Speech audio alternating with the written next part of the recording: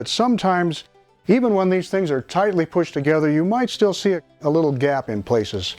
Right there, for instance. This corner is tightly pushed together, and I've still got a little gap, and you shouldn't worry about that. The important thing is right along here to have these corners accurately and tightly pushed together. These things are mass-produced, and they're not always perfect. Also, sometimes these can be very sharp corners, depending on the type of stretcher bar you've got. In this case, that is pretty sharp. And what can happen is that when you stretch your canvas over this in the corner and pull it tight, that sharp corner can actually poke through your canvas.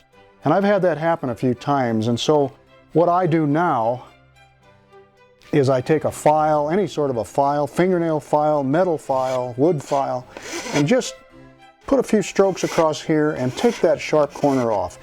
If you don't have a file, get a piece of sandpaper and rub it a little bit. Make these corners a little more rounded and friendly, and then you'll have no trouble with your canvas later on being damaged. Now, once you've got the frame together and the cracks closed and the ends meeting nicely, the next step is to square this thing up. The best way to do that is with a tool called a square, and I've got several squares here of different types. This one is called a tri-square. This is a triangle square. Here's a big old carpenter framing square.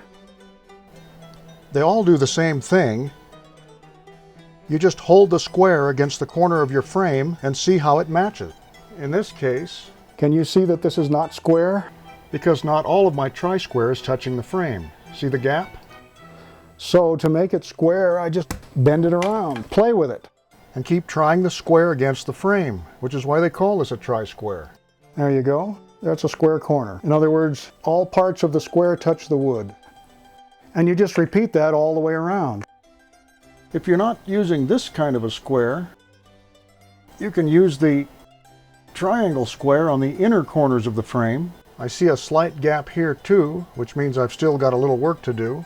So once again, I just have to play with my rubber hammers until the corner is square. There's one final check to do, and it's the most important check of all.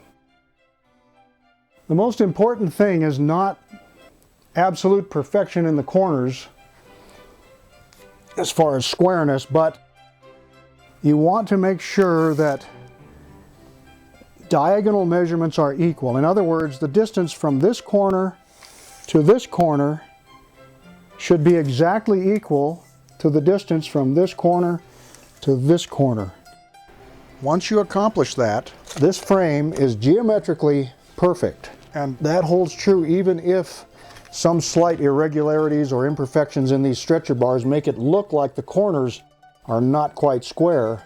The most important thing to worry about is these crisscross measurements being exactly equal. And don't spend a lot of time chasing squareness in the corners. Just make sure they're tightly together. If they are tightly together and these measurements are the same, then you're going to have a perfect stretcher frame that will always fit into a decorative frame. For instance, here is a decorative frame. Now, when your painting is finished, you've got the canvas on, your painting is all done, you're going to be wanting to put your painting into a decorative frame. And if your measurements corner to corner are equal, it will fit right in. See how the decorative frame has a recess, a rabbited groove, and this will fit inside of it, and it'll always fit well as long as your frame is square. We have a little bit of slop here, and that is because eventually we will have the canvas on here and the staples are tacks, and that little bit of room is to allow for the canvas and tacks. So you don't have very much room for error, and your stretcher frame cannot be very far out of square before it won't fit into one of these frames, and that's why you've got to be very careful and make sure that this thing is square before you put the canvas on.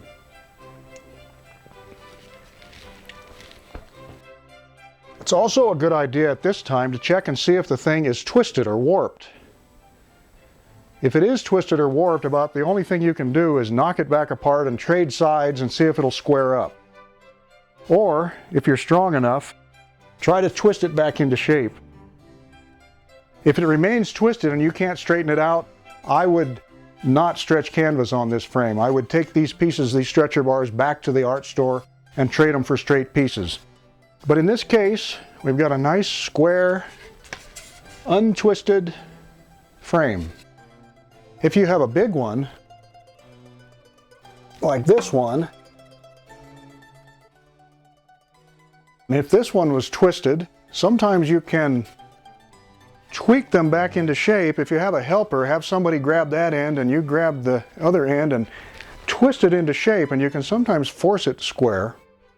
You don't have to worry about a little bit of twist, because when you put this into the decorative frame, you'll force it into place, and they're pretty flexible. So a little bit of twist is okay. And you want to handle these fairly carefully, because remember that the edges are not glued, screwed, nailed, or anything else. They're loose. They're fairly snug being pushed together like this, but they're still loose enough so that if you handle this roughly, it might get out of square.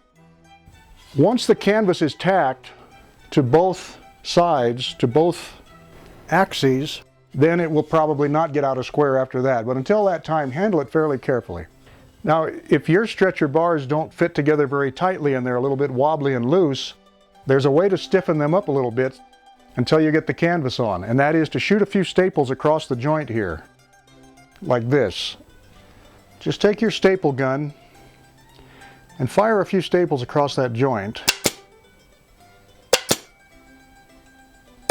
like that.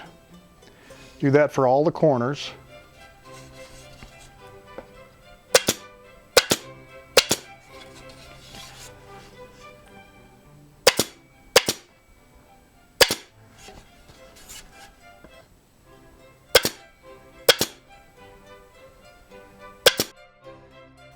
Now, on a traditional stretcher frame, you're not supposed to lock these corners together in any way, for a reason that I'll show you in a minute. But after the canvas is put on, you could take these staples back out. Although, as a practical matter, people who do this just leave them in.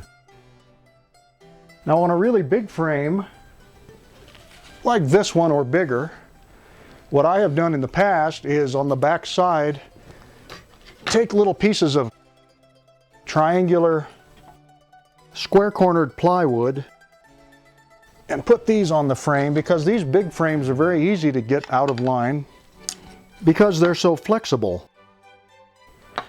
Then I just take a screw gun and I run these screws down in there and leave it that way until I've got the canvas stretched across the frame and tacked both ways. And then I can take these back off, unscrew them and remove them. Just have them on there long enough to get the canvas basically stretched and then take them off.